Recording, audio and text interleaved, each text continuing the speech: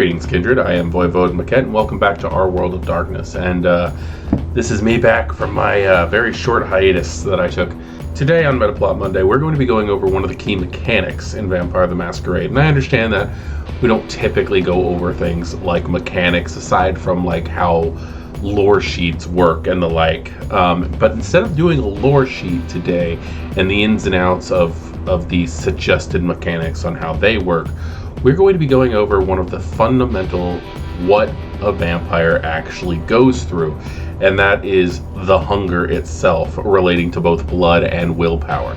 The reason I decided to do this is because a community member by the name of Adam Rivas and I had a discussion on how exactly blood works, how exactly hunger works in relation to willpower, because it is a little sketchy. But it is also one of the most important parts of playing Vampire. If you are playing Vampire with just the idea that you have a power cell that replenishes on its own, you're just playing a superhero at that point. You might as well be playing the DC Universe role-playing game or the Marvel Universe role-playing game at that point, because they're just power restrictions are set in there to add to game balance. But they don't really mean anything. There's really not much that you need to do to refill the power source in those games. But in Vampire the Masquerade, your source of power is more visceral. It's blood. It is literally the life essence of your victims. And with that being the case, it is something that we need to take in consideration and actually think about when we're playing Vampire, because this is a game of personal horror. This is a game that is meant to deal with how you feel about yourself for doing these horrific things. You are taking the life force out of a person to charge yourself, not just to nourish yourself, but to give yourself these inhuman abilities. And with that being the thing, with that being something that you really need to think about, there would most likely be Kindred who only feed for sustenance. Kindred who refuse discipline use. And I can see those being used as great NPCs. Maybe a cult of younger vampires, a cult of neonates who have decided that it's a temptation, maybe like a temptation of God to see to prove your worth, that you can only take what is needed and not what could be used to fuel these extraordinary gifts that Kindred have.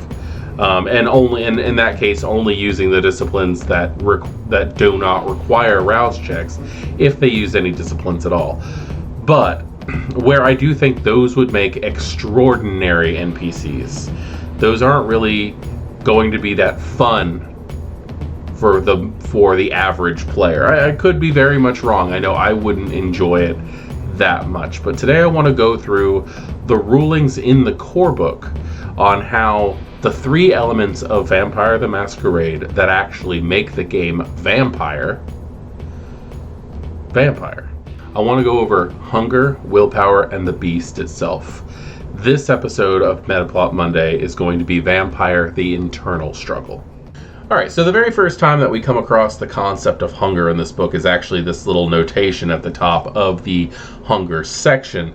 But this is exactly what started the conversation between me and Adam. He asked if I could help clarify some stuff, because the concept of rolling hunger, to re-roll hunger using willpower is strange. And the way that this is put off kind of implies that you'd be able to do that, but you are not allowed to re-roll your hunger dice. You can only re-roll the dice that come with it. Now, let's go over specifically. It says, if the hunger complication seems too dangerous in the moment, the vampire can and should opt to re-roll by spending willpower, either to get rid of zeros to diffuse messy criticals, or to turn a failed roll into a success in the case of a bestial failure. Several points of willpower are regained each session, so there's no reason to hoard it in extremis. And most vampires are assumed to exercise their will for this purpose on a nightly basis. Of course, low willpower increases the risk of frenzy. But, as the saying goes, a beast I am, lest I beast I become. I don't think that the way that they put this is too weird to see, as long as you accept the fact that you cannot re-roll those red dice. You cannot re-roll hunger dice.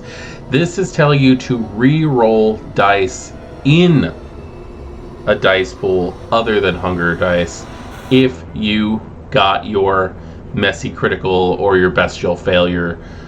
This right here is telling you to put your human side forward, give your human self another chance over the beast. The beast does not have the willpower to extend itself in that way, and it also wouldn't want to. It doesn't want to be contained.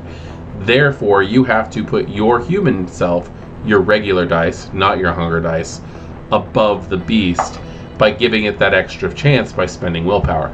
And I love the fact that willpower doesn't come back to us one per session like it used to in the older systems. The fact that you now gain willpower back as per your resolve is awesome.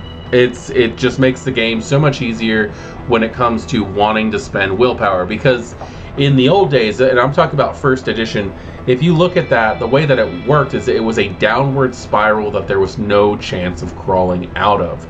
There is no escape from the beast. And I understand where that comes from, but the concept of elder vampires is completely ridiculous in that regard. The idea that there have been vampires that have not used their own personal willpower to overcome their beast, but they're still hundreds of years old, is just fucking ridiculous, to be 100% blunt. So the fact that you do gain willpower back as fast as you do, and we'll cover that in more detail later, is something that needs to be thought of when you're going through this. And I'm really glad that the devs who put this together did think of the fact that willpower just goes. Willpower is a very fast running commodity in this game. It's a resource that you are going to spend, that you are expected to spend. And again, I used to play LARP, which I'm sure a lot of people are tired of hearing about, but the fact is, if you were playing a Vampire the Masquerade character in a LARP setting, when we were using second edition revised Mind's Eye Theater, and you were playing a 13th gen, you got 2 willpower to start with, and that was it. You need to use that sparingly. But now, especially since you only, technically, if the game was meant to be played once a month, you only got 1 willpower back a month. So now it's nice that depending on what your resolve is, it replenishes your willpower like that, and that's a good thing. Now moving on into actual hunger, it says that part appetite, part lust, and part addiction. Hunger gives voice to the blood and claws to the beast. It calls to vampires constantly, whispering and screaming of needs, urges, and desires. Every vampire awakens to hunger and must kill to silence it. The Kindred pay for their immortality and their powers in hunger, and the bill is always coming due. In Vampire the Masquerade, all vampires have a unique trait, hunger, measured in levels ranging from 0 to 5. A vampire with a hunger of 0 is sated and satiated, whereas a vampire with a hunger of 5 is ravenous and can barely think of anything except their next drink. So again, that makes sense. And I do like the fact that we switched from having a blood system to having a hunger system, because it really gives on the whole concept of the way that zombies work in some of the more modern media on zombies. Is they don't stop eating when they're full. They continuously eat. Now, the idea that a vampire is at 0 hunger means that they've actually had to take a life, that's their beast winning out. That's their beast chipping away at their humanity very, very slowly. The only sense of comfort they have is after they've drained a person dry to the point where they cannot live through that. That's dark. That's dark, and that's something that Vampire the Masquerade has never seen before. It's always been, hey, let's get a drink. Do you feel better? I feel better. Moving on. You didn't actually have to kill to feel better, but now it is a requirement. Hunger dice. Now, for each level of hunger affecting a vampire character, they gain 1 die. Hunger die are 10-sided die, just like regular die, but they should be a different color than regular die, so players can easily spot them in their pool. It's a good idea. We suggest red. When a player builds a dice pool for the vampire character, they exchange regular die from that pool for hunger die on a 1-for-1 basis. If the dice pool for the roll is lower than the character's hunger, they simply roll a number of hunger die equal to the dice pool. That is very interesting because that's a very low-key way of saying your character doesn't know how to do this. They actually have to call upon their supernatural abilities to accomplish it. They have to allow the beast in a little bit to handle that. And when you think about that, think about how a predator moves. Think about how lions stalk. How it is just an interesting way of looking at it all the way around. The fact that I need to get this done, and there's that level of beast frustration that's coming through to help me to do this. Now, we do have a little bit of an example here. Erica wants to check a crime scene for clues. The storyteller tells her to build a pool of intelligence plus investigation. She has 3 in both traits. So her dice pool is 6. Intelligence 3 plus investigation 3. Erica has a hunger 2. So she removes 2 of her pool and adds 2 hunger dice. Her dice pool is still 6, but 2 of the dice pool are now hunger. I think that's a pretty good example of how to do these things. If Erica fails her roll terrifically and she gets, let's just say the two dice pop up as skulls, and let's just go ahead and say that her 2 red dice pop up as skulls, and she gets below passing for the others. This is her point, and this is what I was trying to convey to Adam, and I hope I did a good job at this. I hope I just didn't confuse further. But at this point in time, this is where Erica would go, okay, I'm going to spend a willpower and re-roll 3 of the dice that I failed on that are not hunger dice. I'm going to re-roll those dice. And that way, her human side has a chance to fight back against it. She might get that little bit of a twinge in her where the beast just takes over for just a second. That can just really fuck with her head. But she's going to overcome that, hopefully, with that next roll. Let's see. The exception. Characters never include hunger dice in checks, willpower, or humanity dice pools. Hunger dice function as regular dice in tests and contests, scoring successes on a 6 or higher. Hunger die cannot be re-rolled by using willpower. Exactly what I was just saying. However, as the hunger makes a mockery of the rational mind's attempt to tame it, in addition, rolling a 0 or a 10 or a 1 on a hunger die carries additional consequences, messy criticals, and bestial failures. Messy criticals and bestial failures are one of the best things I think they added to this game. I really, really do. Because how many times did you just go spending a willpower, not dealing with hunger in the old system, not dealing with frenzy in this one, where you might not be going into a full frenzy in this system the way that it's run now. You still have that beast who is going to poke its head out. My favorite example in this book, and I'm probably going to end up reading it at some point in time, is the idea of the vampire who's searching through a library for a specific bit of information. And he gets a messy critical. He finds that information. But when he looks around at the room, he realizes he has fucked it up and destroyed everything else in the room while looking for it. And I love that. I love that thing. That is a neat little additive. All right, so this next page right here is pretty cool. It is a good example of how these things work. It explains what the symbols on the vampire dice actually mean, what the vampire hunger dice actually mean anyway. And if you have a skull, it means bestial failure if the test fails. If the test fails. Straight out color or blank side is a 2 to 5. It's a failure. An Ankh is a successful roll, which is a 6 to 9. You can use regular dice for this. They chose to add special dice for this game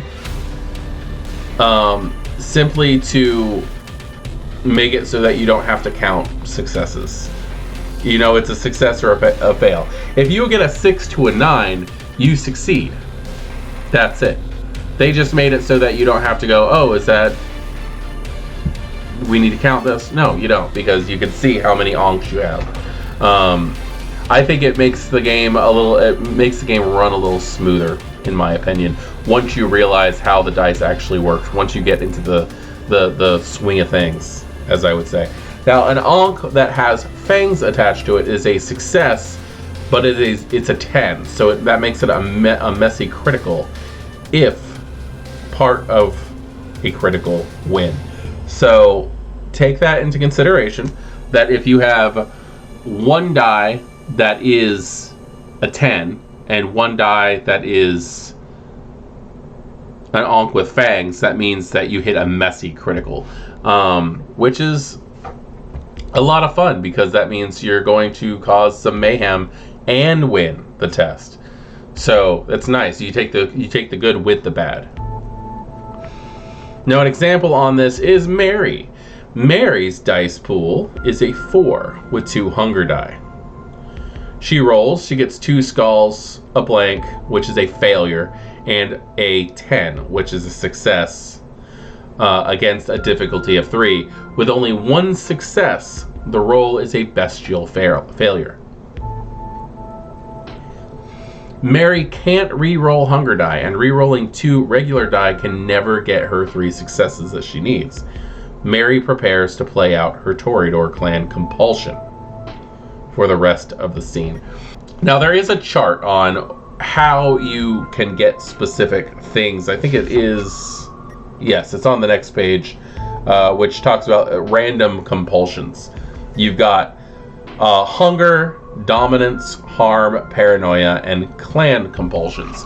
If you want to just run clan compulsions all the time, it's a lot of fun, because it is one of those things that's rare, but should not be as rare as the game mechanics make it. If you're playing a character who is of a specific clan, you should get that antediluvian push. You should end up having that compulsion come out more often than not. Now, we've got Freya. Freya's dice pool is 7. She has 3 hunger dice. She rolls 2 failures, 2 bestial failures. She gets 3 failures on her regular dice. She gets a crit, a 10, and she gets a messy critical dice on the other, and a brawling test against opponents with 6 successes. The critical success nets 4 successes, so you add those 2 together, you get 4, but it's still not enough to win the test. So she faces a bestial failure. So she outright failed the test because she doesn't have enough to win. Freya uses a willpower to roll the regular failures, so those 3 dice that are blank, hoping to score 2 successes she needs to bring the result 6, and a messy critical win. But alas, the die comes up again with 2 failures and a success. Only 1 more success. Not enough to save her from a bestial failure. Freya narrates how her character jumps her opponent and needlessly grapples him, intending to snap his head in sudden rage.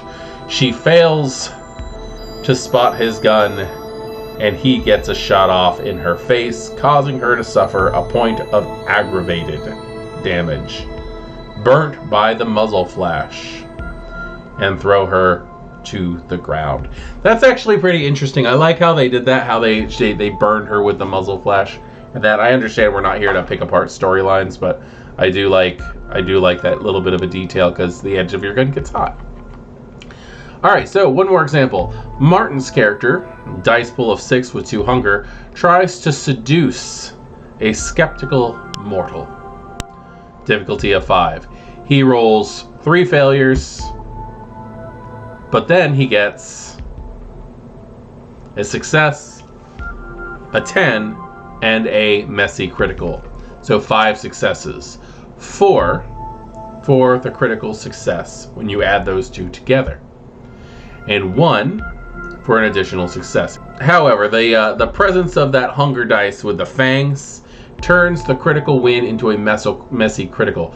Martin has a hard choice to make. Does he really want to take the mortal home at the price of dealing with a mess of a masquerade breach or a stain caused by a pickup gone bad? He can't re-roll the hunger dice with willpower. However, he can use willpower to push down his urges and roll up to 3 regular dice. He does re-roll the critical and the 2 failures, hoping he doesn't get another critical and perhaps that he's still successful in the pickup. The re-rolled dice comes up with a failure and 2 successes. So good on him. This makes his roll 2 failures, 2 successes, and 2 successes on his hunger dice. 4 successes, no critical messes, or otherwise. The storyteller asks if he wants to win at a cost. He describes how he pushes his predatory nature back, spending a long night carefully seeking a mutual consent, bearing his human side. Finally, the guy follows him home, but Martin's character has missed the chance to do anything else for the night. He wins at a cost of time, but at least he's not stained his soul or endangered the masquerade. So I think those are pretty good examples, but if you don't fully understand how the dice work in this system, it really doesn't help. We go on to messy criticals. A critical win in which 1 or more 10s appear on a hunger die is a messy critical. The character succeeds as an irregular critical, but like an animal would, not being capable of foresight or self-control, the beast scores critical, perhaps not you. That's, again, it's one of my favorite new additions to it, because it does make it so that the vampire loses the ability to control themselves, and it makes you as a human try to hold yourself to a higher level of self-control. So here are some examples of messy criticals. Your hunger has driven you to greater than normal performance at the cost of control. So, you killed the bouncer, but you clearly snapped his spine and tore his throat out. That's going to raise some eyebrows when authorities find that body. So you're going to have to worry about hiding that now. You opened the door by pulling it off its hinges. Whoops! And my favorite example, you found the right book and tore the rest of the bookcase down. And you're exultant. Oh my god. I love that one. I really do. That is yeah, that sucks to do that. Could you imagine looking for a specific book in your personal library and then like you go, yeah, you found it at a cost. The cost is you lose a point of your library in the process. Let's see. You elude the guards by biting out the throat of the one who saw you before he could cry out, leaving a very informative corpse in your path. Suck. Alright, moving down. The storyteller and player work together to decide on the level of success and the level of mess. By and large, They scale upward together. The following are results from good, meaty mess. So, character gains 1 or more stains. Makes sense from a monstrous action. That does make a lot of sense because when you've destroyed something, could be a person, it could be vandalism, that depending on your character's convictions, it could mean a lot. The character breaches the masquerade as they visibly demonstrate supernatural strength or speed, or leave gaping bite wounds in a body. There is an extent that you cannot lick closed. Keep that in mind. The character loses 1 dot of an advantage. For example, you might have totaled your Bugatti, squandering resources, crippling a retainer, offending an ally, or just lost status in court following your outburst. Although the character still needs to spend time in a later scene or in the background to take action to repair the dot, the storyteller can allow the loss to recover more quickly than other vanished dots. Truthfully, I probably wouldn't let it happen as a storyteller. I probably would not allow it to happen faster than normal, but I would probably allow no cost. Basically, you've crippled your advantage temporarily, and it will come back. Whether that means you have to find another retainer because you've killed it, or you've destroyed your library and now you have to take times relocating the books that you lost. I probably just wouldn't charge XP for replacement. Let's see. If none of the above conditions fits the narrative, such as a stealth or awareness test, the messy critical turns into a simple mess, and the test fails as the beast clouds the senses and otherwise makes a quiet solution unattainable. That actually reminds me of the first time that I had this, because I was playing my La Sombra Noah, and we were sneaking through a hallway, and I had gone up against the wall and was, I was trying to stealthily make my way through an open hallway, so I had gathered all the shadows around me to do the thing,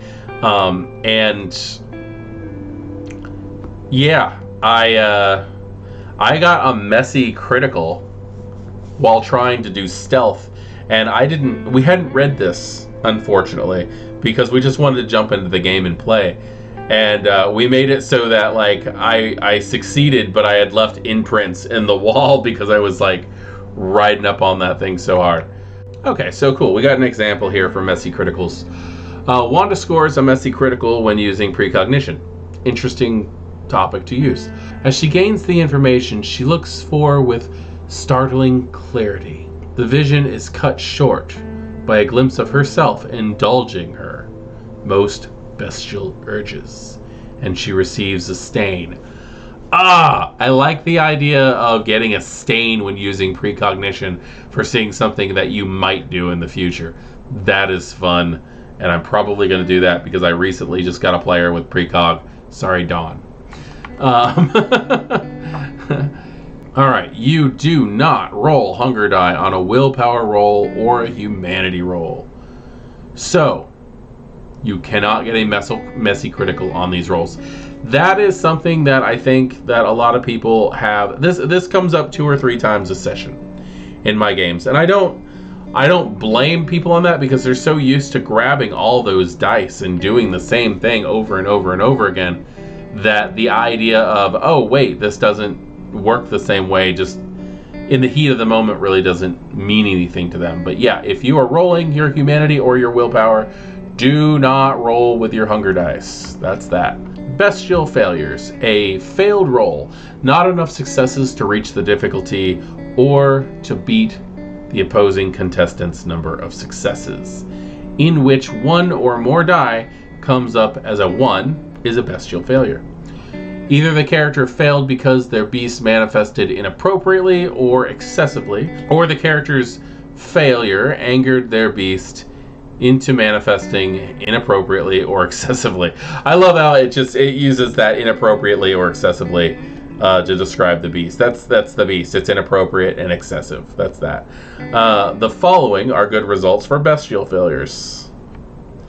So, the character must act out a compulsion as the blood starts to subtly dictate their actions. I like that. We'll be going over the compulsions in just a second because I do think that it is a good thing to go over. For players new to the game or troops that want their characters less prone to acting on urges, choose one of the options below instead. Okay. The character loses a dot in an advantage on a messy critical. So that's basically just taking away your merits. That could make a lot of sense. You've embarrassed your Mala. He doesn't want to help you as much, kind of thing. You've fucked up your money somehow. Maybe you've accidentally maybe you got a bestial failure in your car and destroyed it. So now you have to replace it, losing a dot of resources for a little bit, something like that. Let's see. The character suffers 1 or more point of aggravated health damage. This works well for bestial failures on resistance rolls, as the character breaks out in bloody sweat from the stress. That's neat. The idea of you're using a resistance roll and you got a bestial failure. You've strained yourself. You've given yourself a hernia. You've strained your muscles. I kind of like that. I'm probably going to use that more often, actually. Typically, if I do resistance rolls and they fail, I go straight to clan compulsions, because I always think that is just, I don't know. I've got La Sombra in my game, and I just see the ruthlessness, you know? So, yeah. All right. If no one in the troop can come up with a good idea, hunger increases by 1. If the result would take their hunger above 5, the character immediately rolls to resist frenzy at a difficulty of 4. That's always fun. I love a good frenzy roll. I really do. I think they should happen more often. Remember, if your roll succeeds anyway, you cannot get a bestial failure, no matter how many hunger dice come up as ones. That is something, again, that comes up. A bestial failure is when you fail the roll completely and you get the skulls on your hunger dice, or if you roll a 1 on your hunger die. Just keep that in mind. That is something that you need to think about, because it's not going to happen as often as you think. It barely happens in my game, and when it does, I rejoice. Compulsions. Compulsions occur on a bestial failure as the hunger subtly urges a vampire into action, dictated by their blood, sometimes even instilling traits hailing from their clan's founder. When the character must take a compulsion, the storyteller chooses one or randomly determines one by rolling on the table below. So this is really nice to use with a 10-sided dice. I look at the situation first and see if it makes sense. Is their hunger going to go up? Are they going to want to make a play for dominance? Are they going to want to hurt something?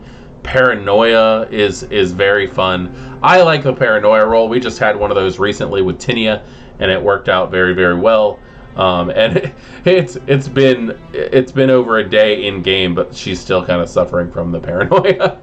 Try to vary the compulsions rather than leaning on the clan compulsion each time, unless you enjoy stereotype overgrowth. Once chosen, the player decides how best to act it out. Reward players who go above and beyond to play at their compulsions by allowing them to restore a willpower point. Note that unlike Frenzy, players cannot spend willpower to ignore the effects of a compulsion. These insidious urges compel behavior that feels utterly natural. The vampire may never realize that they are being influenced. That is something very fun to consider also, is the fact that you cannot spend willpower to override your compulsion, because that is your beast taking over in a more human form. And again, I'm sorry, I know this doesn't seem like something we'd go on Metaplot Monday, but think about how important this kind of thing actually is to the game. This makes it Vampire and not just superheroes. So, moving on. Sample compulsions. These basic compulsions form the core of the vampire's personality.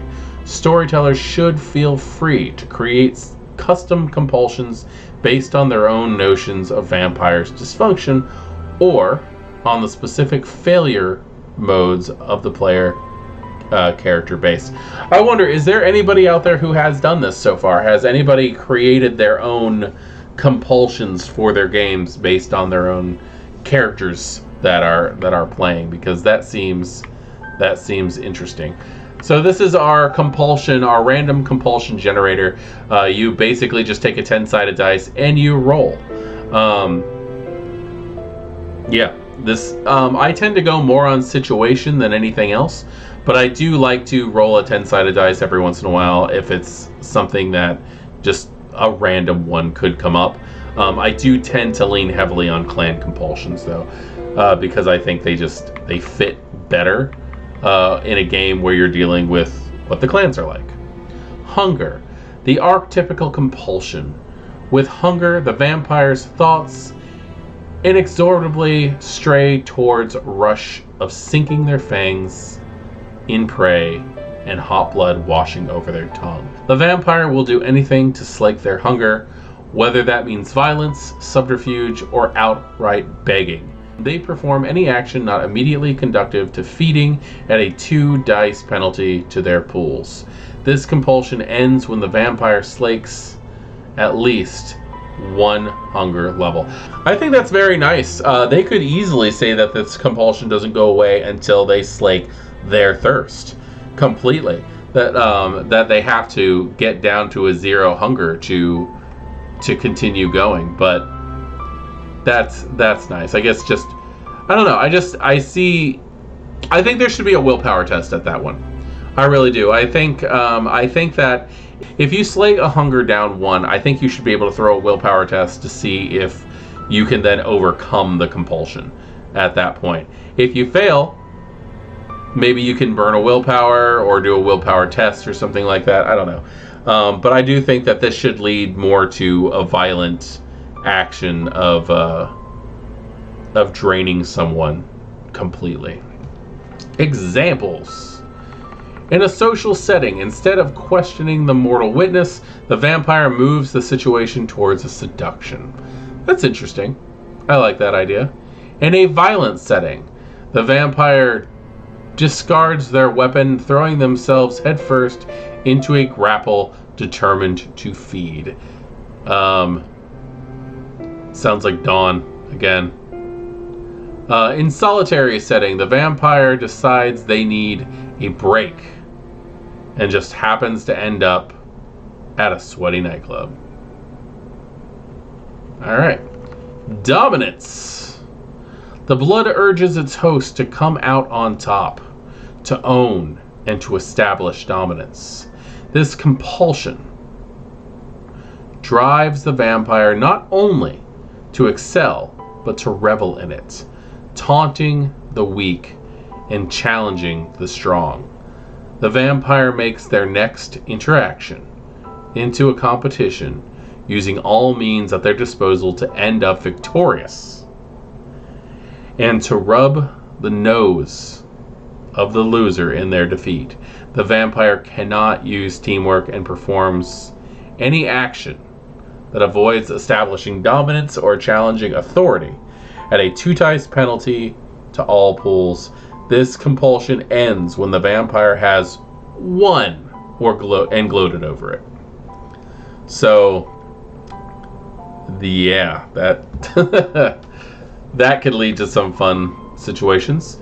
In a social setting, the vampire turns a civil conversation into a one-upmanship exercise, alienating the person whose trust they sought to gain.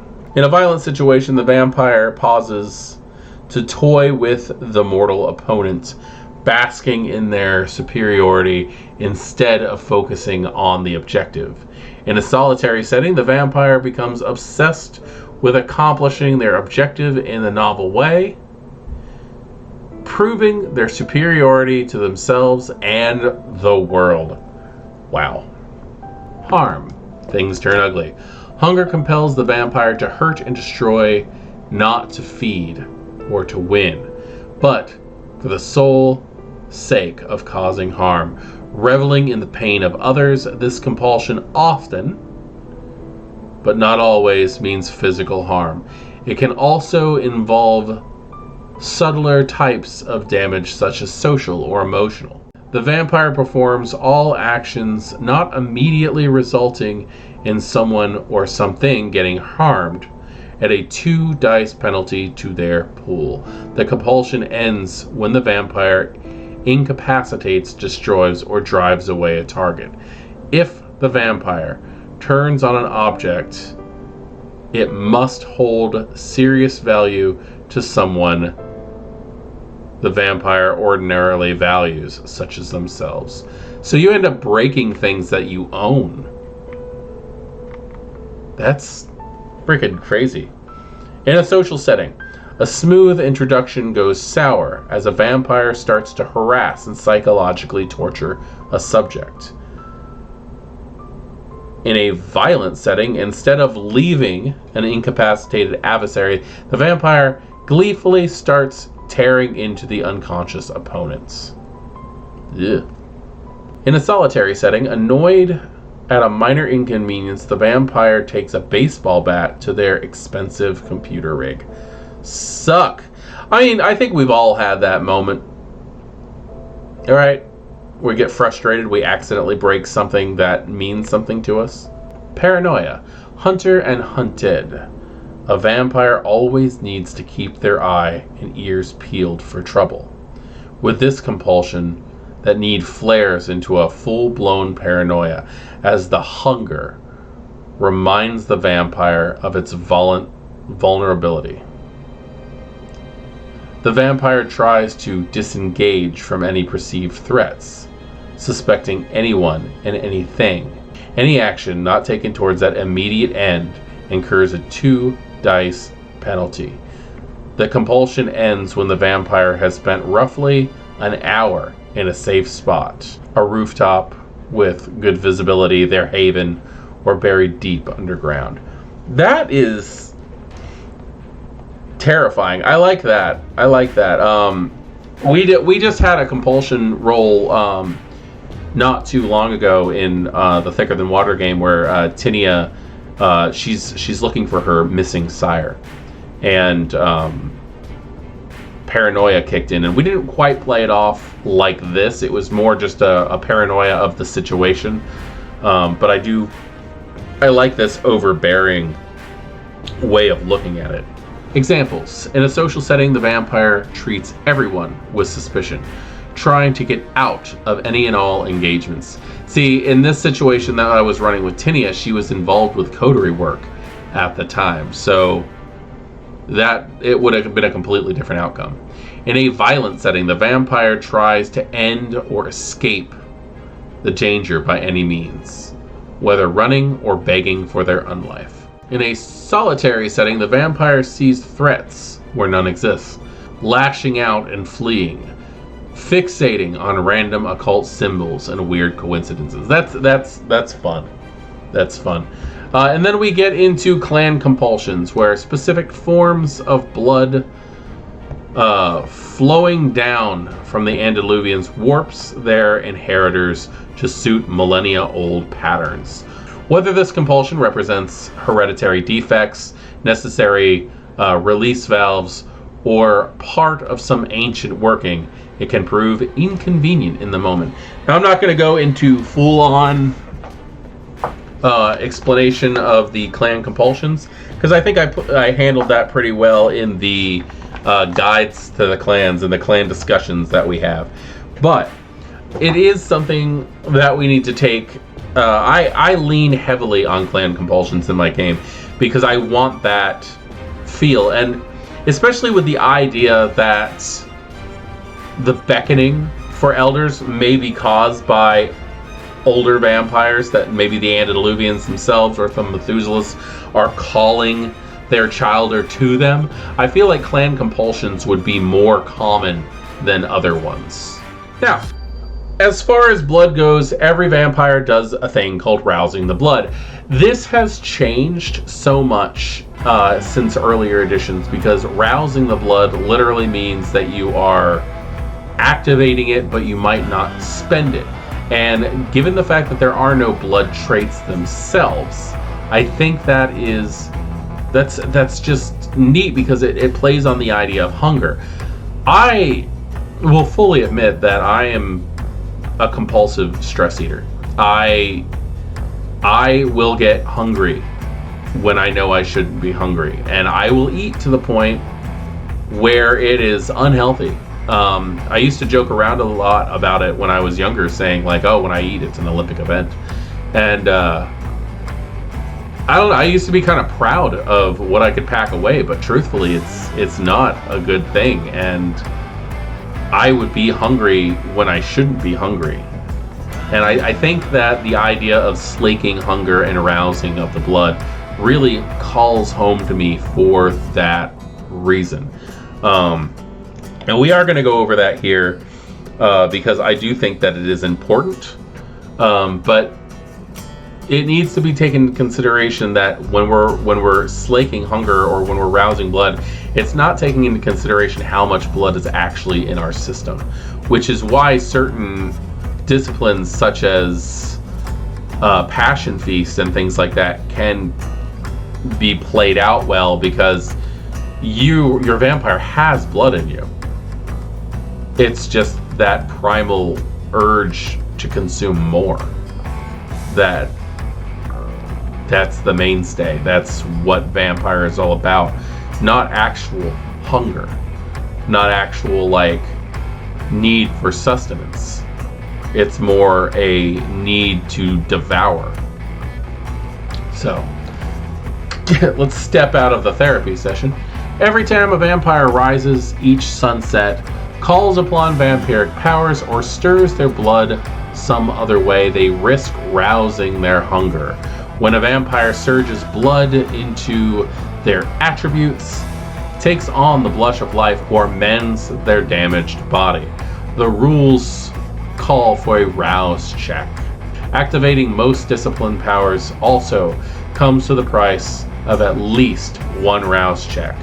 To make a rouse check, the player rolls a single die. As always, the result of 6 or higher succeeds. On a success, the vampire remains unchanged. On a failure, the vampire gains 1 more point of hunger and thus gains 1 more hunger die.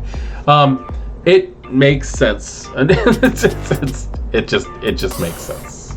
Any hunger is added after the desired effect resolves. So, it is perfectly fine to make a rouse check at the same time or even after any other dice test involved, as long as a rouse die is clearly distinguishable and won't be mistaken for part of the pool. So I mean, there's a good call for having another color die, just like a 1d10 set off to the side that's a different color for rousing the blood. Example, Erica. Oh, we're back to Erica again. Erica employs the blush of life. She then rolls a rouse check, results in a 4, a failure. She still takes on the blush of life for the duration of the night, but her hunger increases by 1. That is something else that I love about Vampire the Masquerade 5th edition, and that's the fact that even if you fail a rouse check, your discipline still works. All disciplines, for the most part, are expected to work successfully. Rituals and ceremonies are in a completely different category on that one, but disciplines, they are all just assumed to work unless they're in a contested type of situation, but the discipline itself always works. Some conditions, such as increased blood potency, allows the player to roll 2 dice on the same rouse check and pick the highest. On successes, 6+, on either die, prevents the hunger from increasing. This is equivalent to re-rolling the check. I like that too. At hunger 5, the vampire's body is too starved of blood to provide increased supernatural power. A vampire can never intentionally rouse the blood while at a hunger of 5. If some outside factor forces the rouse check on a vampire, the player must immediately make a hunger frenzy test with a difficulty of 4. As always, failing a rouse check at a hunger of 5 still activates the effect and caused the check, if any. And that's what I mean, is you're not actually using your blood to activate, but it does stir the beast. It does gain entrance. If you are at a hunger of 5, which would state that you have 0 blood left in your body, you can still activate those disciplines if you're being forced to, with like some outside means, blood sorcery or something like that. So that's neat, because if your disciplines ran strictly off of your blood and not just the power of the beast itself, and what you're doing is satiating the beast, then they wouldn't work. Slaking hunger. Drinking blood reduces a vampire's hunger level by a fixed amount. Only draining a human of blood, thereby killing them, can reduce your hunger to 0. Younger vampires can reduce hunger to 1 without killing a victim. As a vampire's blood potency increases, so does their resting hunger level. Above blood potency of 7, for example, vampires cannot reduce their hunger below 3 without killing a human victim. It takes time to drink blood and care to do it properly. The bite of a vampire can seem downright euphoric to a victim. Vampires' fangs produce a supernatural intoxicating effect while opening a blood vessel. Assuming the vampire takes time to hit the vein or artery correctly and licks the wound closed afterwards, the victim may only remember the encounter as a drug trip, an interlude of weird rough sex, or just a delirious fog of drunken intimacy. Even a closed wound and a happy hallucination in the victim might still leave behind an air embolism, to say nothing of long-term anemia. As a general rule, attempting to preserve the victim's life, health, and blissed-out screen memory all, of course, also help preserve the masquerade, takes longer than simply ripping open an artery and slurping down the red stuff. On the other hand, the victim who fights back slows things down and endangers the masquerade. A vampire can drain and kill a helpless or otherwise unresisting human roughly in 5 turns. Effectively 1 for 1 on the hunger levels there. Feeding from animals. With very few exceptions, mostly animals larger than human mass, feeding from an animal kills it. A whole scene to feed could perhaps slake 1 point of hunger without killing a large dog, if for some reason they valued the dog's life. Even then, the dog would likely wind up crippled or badly injured. Large animals can hold a great deal of blood. A cow contains almost 40 liters and a horse more than 50, compared to 5 in most humans. But animals' blood simply doesn't nourish vampires' true appetites. Animal blood never harbors dyscrasia, for example. And even Gangrel find drinking exclusively animal blood more bland than ecstatic. For vampires above blood potency of 2, no amount of animal blood can slake even a single point of hunger. Feeding from bagged blood. What about just buying and feeding from medical blood bags?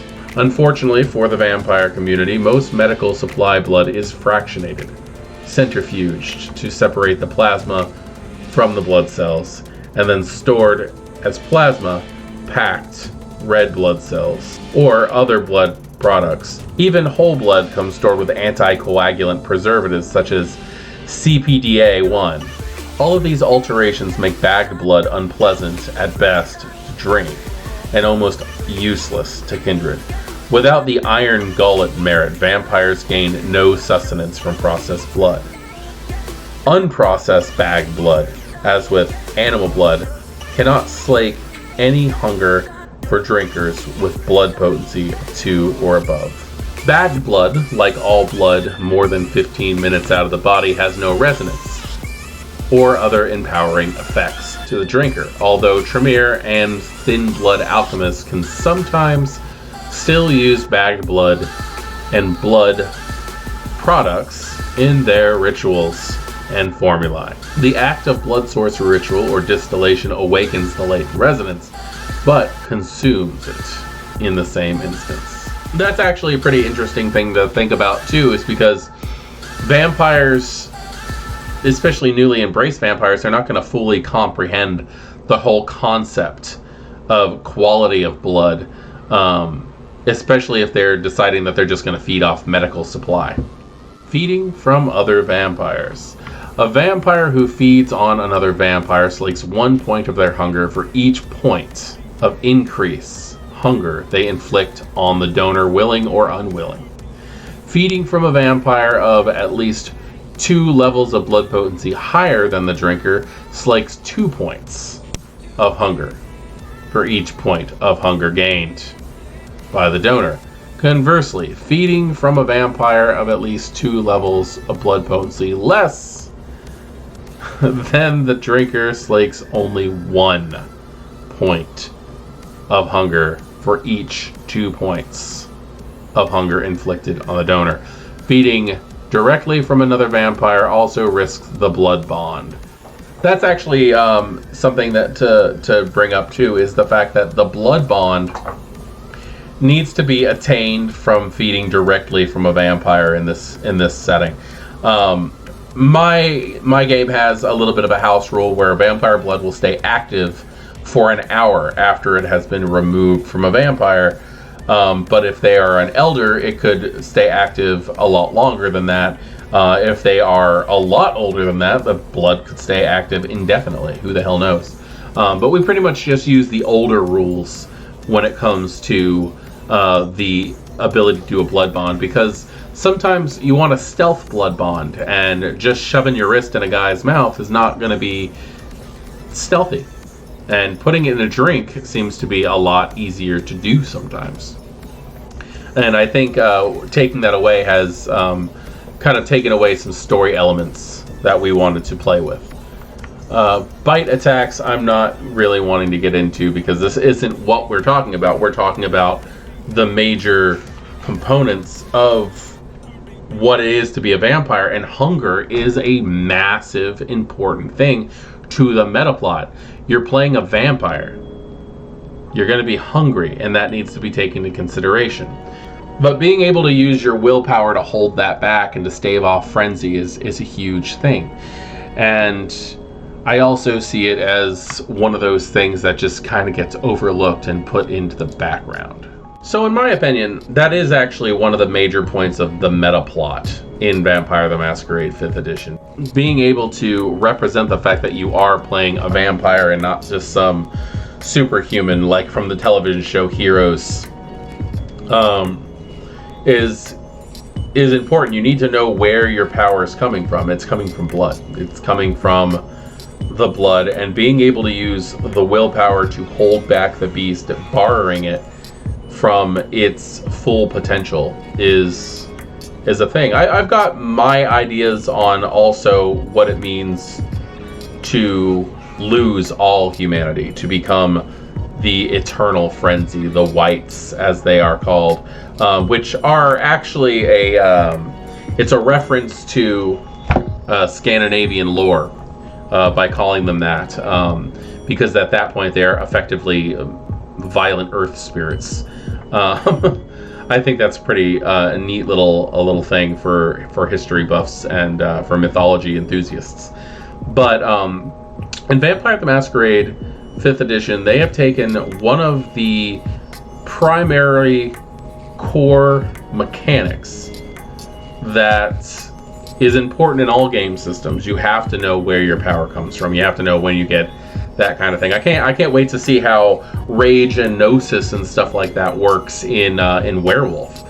But for the time being, looking at the way Vampire runs and seeing how the hunger can play into your plot line in games it's a very interesting thing because a lot of people don't take their predator type into account when playing the game. They use it as a way to get benefits, and that's it. I, as a storyteller, tend to make it so that if somebody wants to buy up in a discipline, they need to show me either in downtime actions or in gameplay that they have been feeding off the proper resonance to help them raise in the ranks of those powers and to become stronger to do that. And at least when they're learning the first levels of their new discipline. But it is obviously it's up to you and your players. It's up to the storyteller and the players to decide whether or not which mechanics are the most important. But I tend to build these mechanics directly into the metaplot itself. And the idea of spending willpower is literally you enforcing your remnants of human will over that of the beast. And maybe that's just my opinion, but I do find it to add to the concept of a game of personal horror. I am Voivode Maquette. This is Our World of Darkness, and thank you for joining me into this look at the internal struggle of Vampire the Masquerade 5th edition. Good evening.